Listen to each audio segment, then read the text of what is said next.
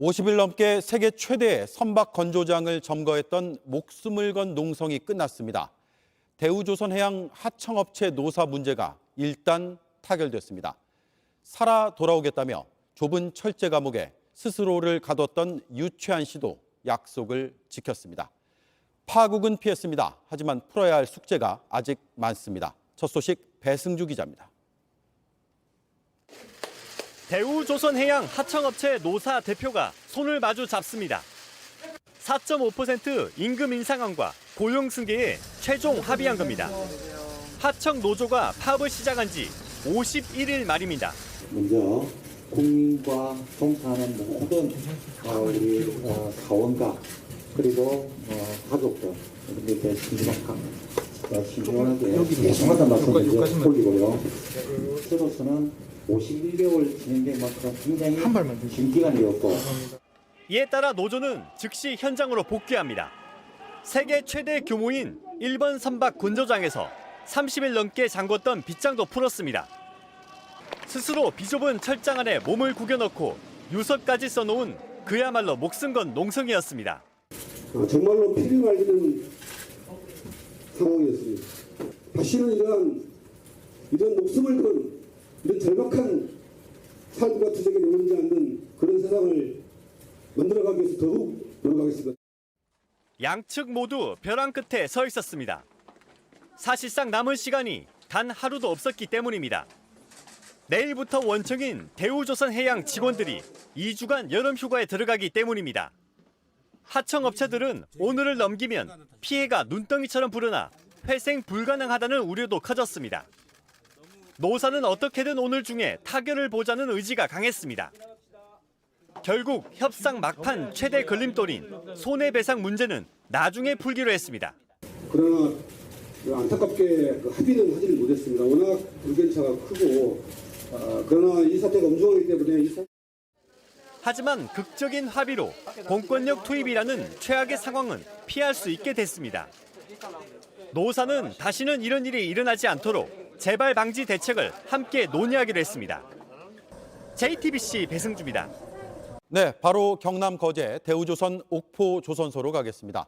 이가혁 기자, 3시간 전쯤 합의 소식이 들렸습니다. 지금 현장은 어떤 모습입니까?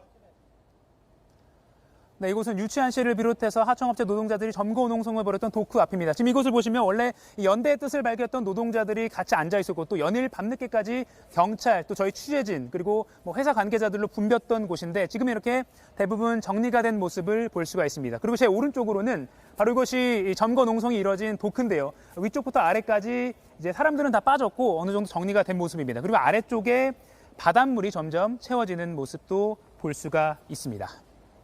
네, 협상 과정도 정리를 좀 해보죠. 오늘 8시간에 걸쳐서 막판 교섭이 이루어졌죠. 그렇습니다. 어제 밤늦게까지 교섭이 이뤄졌다가 합의점을 도출하는 데 실패했고요. 그래서인지 오늘은 평소보다 이른 오전 8시부터 노사가 테이블에 마주 앉았습니다.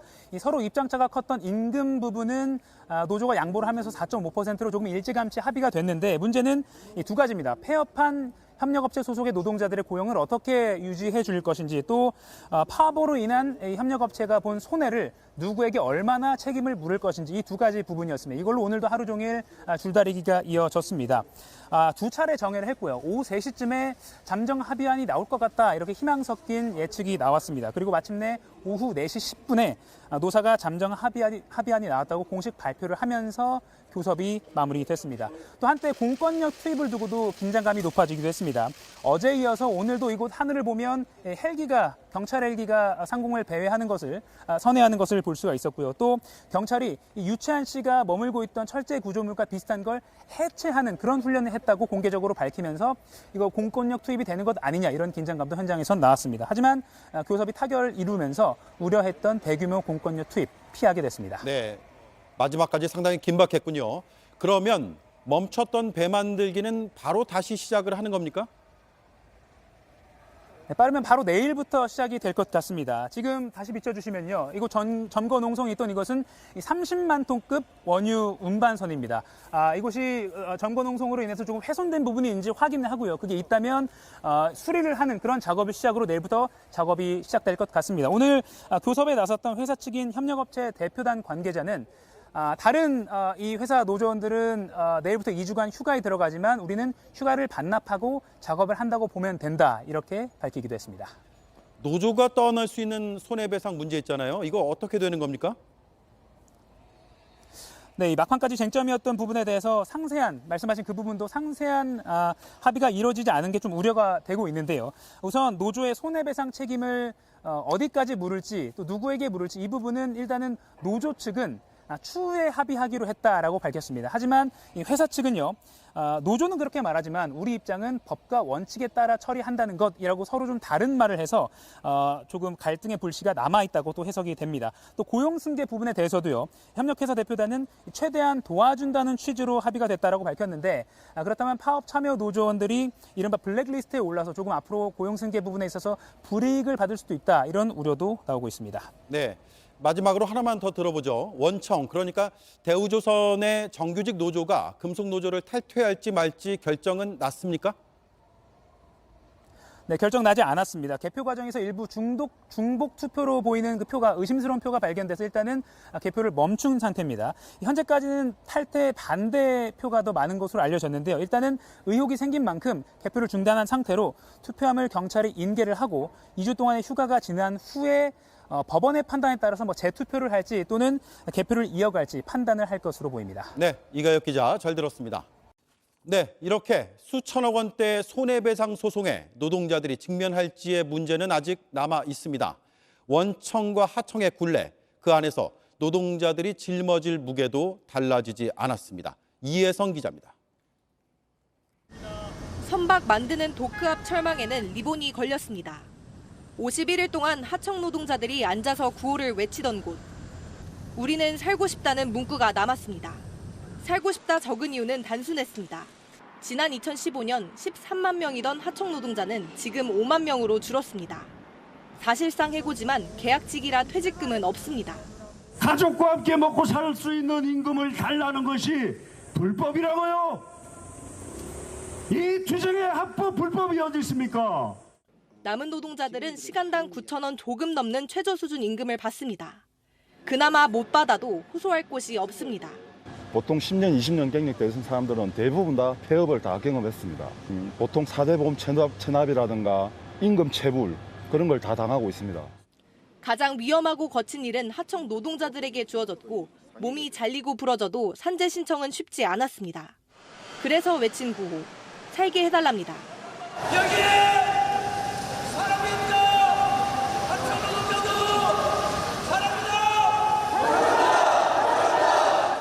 외쳐도 변하지 않는 환경. 지난달 22일 유채한 씨는 철제 감옥을 용접해 스스로 가뒀습니다. 하지만 하청 노동자들의 외침은 불법으로 규정됐고 빨리 불법 행위를 풀고 정상화시키는 게 국민 모두가 바라는 것이고 그렇게 하는 것이 모두에게 도움이 되는 겁니다. 조선소 주변으로 경찰력이 집결하면서 긴장감은 높아졌습니다. 노사협상은 내내 교착이었습니다. 사측은 파업으로 난 손실이 7천억 원이라고 주장하며 배상 청구하겠다고 고집했습니다. 협상이 겉도는 사이 원청 노동자들은 이러다 다 죽는다고 소리쳤습니다. 저들만 아니면 우리가 이렇게 고생할 이유가 없습니다. 1만 3천여 명이던 원청 직원들도 지난 몇 년 동료 4천여 명이 떠나는 걸 지켜봐야 했습니다. 각자 절박한 사연이 있습니다. 갈등의 골은 깊어졌고 올해 해결되지 않을 걸로 보입니다. 노사협상이 타결되면서 일단 파국은 막았습니다. 하지만 수천억 원대 손해배상 면책 문제는 아직 명확히 정리되지 않았습니다. 원청 노동자와 하청 노동자의 노노 갈등도 이제 시작입니다. 하청 노동자들의 앞날이 여전히 험난한 이유입니다. JTBC 이혜선입니다. 자, 여기서 꼭 짚고 넘어가야 할 게 있습니다. 대우조선해양인데 파업 시작부터 끝까지 보이지 않았다, 숨어 있었다라는 비판이 있습니다. 박민규 기자가 나와 있습니다. 하청업체와 노동자들이 알아서 할 문제다. 이게 원청인 대우조선해양의 입장이었죠. 네, 대우조선은 줄곧 이번 사태 제3자라고 해오다가 파업 협상이 이제 마지막에 막바지에 접어들자 피해를 강조했습니다. 네. 노동자들에게 손해배상 소송 청구하겠다. 이거 청구 안 하면 그 자체로 회사에 손해 끼치는 배임이 돼서 어쩔 수 없다. 이렇게 주장했습니다. 노사교섭 주체는요, 근로계약 당사자인 하청업체 그리고 하청노조가 맞습니다. 그런데 실제 사용자가 누군지는 따져볼 필요가 있습니다. 네. 자, 원청인 대우조선해양 그리고 하청 또 재하청 이게 상당히 복잡하게 얽혀 있습니다. 그렇습니다. 다단계 하청이라고들 얘기를 하는데요. 사내 하청업체가 있고 여기서 또 하청을 줍니다. 업체는 100개가 넘습니다. 특히 조선업계는 특성상 물량팀이라고 해서 일이 몰릴 때 잠깐 만들었다가 해체하는 이런 형태도 많습니다. 노동자들의 고용 형태도 임금 수준도 조금씩 다르지만 모두 대우조선이 직접 고용한 게 아닙니다. 네. 바로 그 이유 때문에 교섭에서 대우조선해양은 빠져 있었던 거죠. 맞습니다. 그런데 이 노동자들의 업무와 임금 같은 노동 조건을 실제로 누가 결정하는지를 봐야 합니다. 이건 법적 판단의 중요한 기준이기도 한데요. 하청업체들은 대우조선의 지시 감독을 받아서 일합니다. 특히 스스로 노동자들의 임금을 올려줄 권한, 능력 없습니다. 사실상 없다고 봐야 하는 게 원청이 정해서 내려주는 이 대금 받아서 노동자들의 임금을 주기 때문입니다. 들어보시죠. 100% 이 하도급 대금에 의존한다는 점을 공정거래위원회는 사실로 적시를 하고 있습니다. 대우조선해양이 일방적으로 결정하여 지급하는 하도급 대금에 좌우될 수밖에 없는. 네. 결국 진짜 주인은 대우조선이다. 이런 얘기일 텐데 사태 해결에서는 하지만 물러서 있었단 말이죠. 네, 의지만 있으면 가능했습니다. 물론 원청이 꼭 하청 노동자들과 직접 교섭해야 하느냐 이 문제에 대해서 법적으로 그러니까 판결로 정립이 돼 있는 것은 없는데요. 최근에 중앙노동위원회가 이런 교섭 의무를 인정하기 시작했습니다. 1년 전에 CJ 대한통운 택배 그리고 현대제철 사내 하청 노동자들에 대해서 원청이 직접 교섭해야 한다 이렇게 판단을 했습니다. 네. 특히 이건 국제적인 추세이기도 합니다. 4월에 나온 국책연구기관 보고서인데요. 국제노동기구 ILO의 협약 내용을 놓고 해석을 한 겁니다. 하청 노동자들이 원청에 교섭 요구할 수 있고 이를 위한 파업까지도 가능하다고 했습니다. 이 협약은 국회 비준이 돼서 국내 법과 같은 효력을 갖습니다. 네. 국제협약인데 우리 국회가 비준했기 때문에 국내법적 효력이 있다 이 얘기네요. 그렇습니다. 자, 그런데도 고질적인 원청 하청 문제가 이번에도 반복이 된 셈이군요. 네, 특히 대우조선은 원청이 하청 노조와 교섭하면 이건 불법이라고까지 주장을 했습니다. 반대로 하청 노동자들은 진짜 주인 대우조선이 책임지라고 해왔고요. 그러면서 원청과 하청 노동자들 사이 갈등까지 부각이 됐고 엄청난 사회적 비용을 치렀습니다. 대우조선 주장대로 8천억 가까이 되는 손해를 봤다면 그 전에 미리 하청 노조와의 교섭을 포함한 사태 해결에 적극 나섰어야 한다는 비판 피할 수 없습니다. 네. 일단 급한 불은 껐습니다. 하지만 이 구조적인 문제를 해결하지 않으면 언제든 비슷한 일이 벌어질 수도 있겠습니다. 박민규 기자 잘 들었습니다. 네, 가로 세로 1m도 안 되는 철창에서 지낸 유채한 씨도 31일 만에 세상으로 나왔습니다. 15m 상공에서 농성을 하던 노동자 6명도 지상으로 내려왔습니다. 이들은 치료를 받는데 경찰은 치료를 마치는 대로 조사하겠다고 했습니다. 이승환 기자입니다.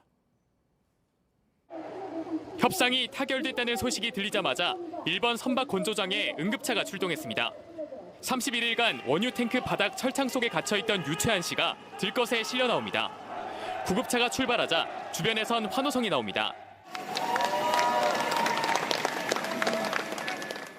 낮엔 30도를 훌쩍 넘는 더위와 싸워야 했고 밤엔 편히 누울 수도 없었습니다.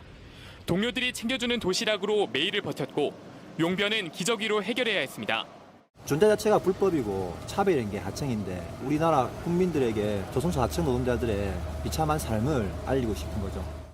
철창 틈 사이로 손을 내밀어 찾아오는 이들의 손을 꼭 잡았습니다. 누구보다 힘든 상황이었지만 웃음을 잃진 않았습니다. 여기 안에 있으면 이렇게 해맑게 웃을 수 있어. 할 수 있는 게 뭐가 있겠습니까? 원유 탱크 안 15m 상공에서 농성을 이어가던 노동자 6명도 다시 땅을 밟았습니다. 경찰은 이들에 대해 적법한 절차에 따라 수사하겠다는 입장을 밝혔습니다. 오랜 기간 농성을 하면서 건강이 나빠졌을 것으로 보고 병원 치료를 받은 뒤 조사를 하겠다고 했습니다. 살아서 나가겠다는 바람은 실현됐지만 이들이 노동자들의 기본 권리를 누리기까진 갈 길이 멀어 보입니다. JTBC 이승환입니다. 네, 저희 밀착 카메라는 거제 옥포 조선소에 지난 3일에 밀착했습니다. 현장의 모습들은 조선 강국이라는 타이틀과는 거리가 있었습니다. 우리 자식들은 이런 차별이 없는 세상에서 살았으면 좋겠다고 노동자들은 외쳤습니다. 협상의 타결이라는 결과만큼이나 긴박하고 절박했던 과정 역시도 중요합니다. 그 과정 함께 보시죠. 이희령 기자입니다. 조선소 앞 총파업에 참여한 노조원들이 도로를 가득 메웠습니다. 같은 시각 안에선 반대 집회가 한창입니다. 이곳이 농성장으로 향하는 길목입니다. 그런데 제 뒤로 보이는 것처럼 경찰 경력이 대기를 하고 있는데요. 저 건너편에서 파업을 철회하라고 요구하는 집회가 열리고 있는데 집회 참가자들이 농성장 쪽으로 이동해서 충돌이 생길 수 있는 가능성 때문에 대기를 하고 있는 겁니다. 근데 제 반대편에는요. 지금 이번 농성을 지지하고 파업에 연대하는 노동자들이 동시에 집회를 열고 있습니다. 오게 되면 마찰이 일어나기 때문에 우리가 대비를 하고 있습니다. 해가 지고 교섭이 시작됩니다. 늦은 밤까지 대화가 진행되고 또 중단되기를 반복합니다. 농성장의 밤도 계속됩니다. 24시간 여기를 지키는 사람들이 돌아가면서 지키고 있습니다. 1세제곱미터 구조물에 갇힌 유채한 하청노조 부지회장에게 허락된 움직임은 발을 뻗는 정도. 저 상태가 오래되다 보니까 근육도 많이 약화된 상태이고 피부질환 때문에 저희가 통풍 매트를 밑에 깔아줬고요. 달려드는 모기들을 막으려 모기장을 덮어주고 물과 생활용품을 밧줄로 올려보냅니다. 이제 야간 당직 쓰고 5시까지 있다가 이제 집에 가고 다시 또 내일 아침에 오고 그런 식으로 지금 하고 있습니다. 지치진 않으세요? 힘들어도 어쩌겠습니까? 우리 삶 바꾸려면 해야죠. 경찰들이 주변을 오갑니다. 지금 농성장 위를 보면 다른 날보다 더 사람이 많습니다. 직접 세어보니까 13명의 노조원이 있는데요.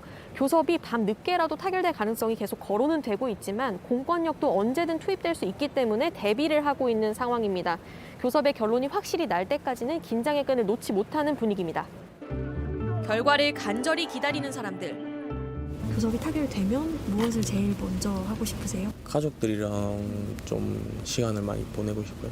여기에 50일 동안 있으면서 가족들한테 좀 소홀하고 해서 바랐던 결과인지 아쉬움도 남습니다. 끝났다는 그런 기분은 좋지만 우리가 원하는 걸 다 얻지를 못했으니까 아무래도 좀 크게 좋을 것 같지는 않네요. 그리고 협상이 타결됐습니다. 파업은 멈추지만 하청 노동자들의 간절한 외침은 진행형입니다.